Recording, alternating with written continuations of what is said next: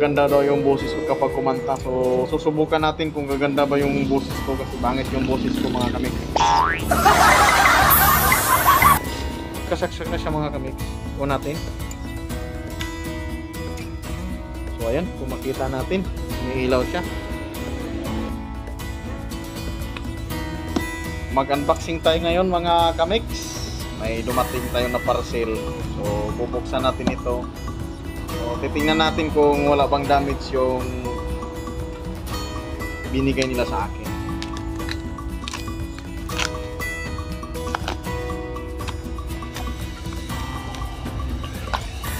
Ayan o. Professional mixer. So titingnan natin yung laman kung wala bang damage.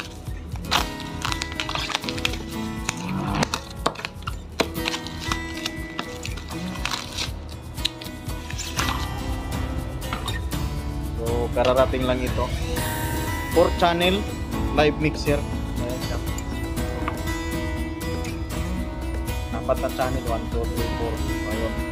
So excited na akong makita yung laman.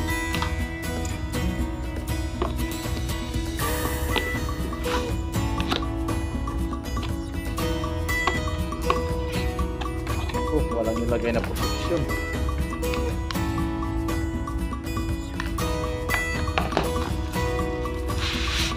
Ayun. Maliit lang pala siya.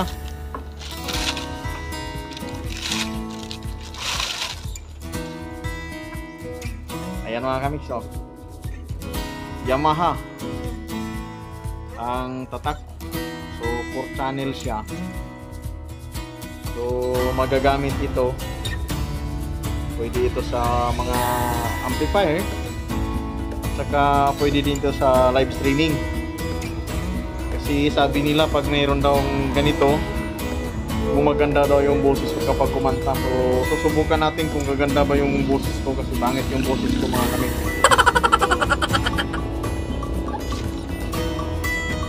So maganda siya.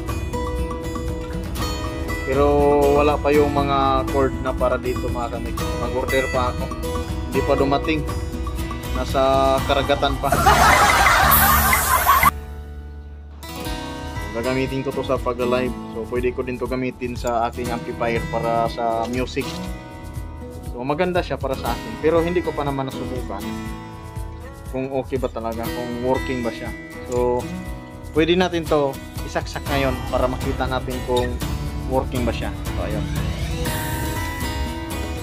So ayan na mga kamix.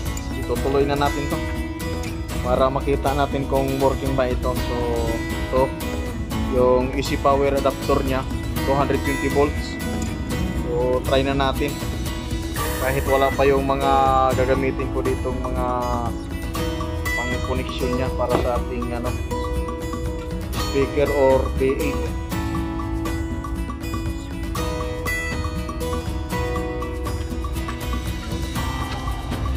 Pasok na.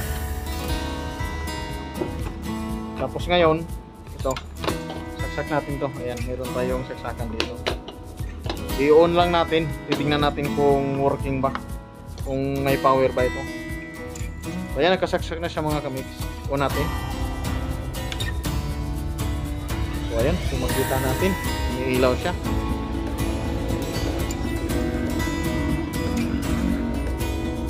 Ayan. Working siya mga kamix. May power. So hindi ko pa ito matisting ngayon kasi wala pa nga yung mga binibili ko na pang-connect ko doon sa aking B8 para gagamitin ko siya sa live stream or gagamitin ko siya doon sa aking amplifier. Pwede ito sa amplifier. Gagamitin natin ito pang-music tayo kasi meron din naman tayo mga gawang amplifier. So at least nakikita ko siya na may power. So ayan o, kung nakikita ninyo, pumula siya, may power. Matitisting natin to mga kamix kapag dumating na yung aking in-order na mga jack para dito. Ayan, ito yung gagamit, yung jack na in-order ko para mai-connect natin to sa B8 na gagamitin ko sa aking pagda-live. So, titistingin natin kung gaganda ba yung aking boses dahil sabi nila pag may ganito daw, gaganda daw ho yung boses. yung boses ko ay hindi maganda, so itatry natin. Baka gumanda yung boses ko dahil dito, dahil sa Yamaha mixer. So ayun, magandang klase ito mga kamix. Nabili ko lang ito sa online. Ayan o, nabili ko sa online. 4 channel siya, 4 channel. Abangan nyo lang yung ating pag-sit up nito, kung paano ko siya i-sit up sa aking B8 laptop, para makita ninyo kung paano mag-sit up naman, para magkaroon din kayo ng idea sa mga wala pang alam, o may share ko man sa inyo kung paano i-sit up. So abangan nyo lang yung ating susunod na video nito mga kamix. Uy, ako may kulang, wala yung ano dito oh mga kamix. Oh, ito yung ganito niya wala. Ay naku, lugi tayo dito. Baka nandito siguro, aywan. Wala, nako wala, kulang mga kamix. May hindi ko napansin, kulang pala siya oh. Pero hayaan mo na, yung pihitan lang naman, yung ganito ang wala, kulang. Papatayin na natin to.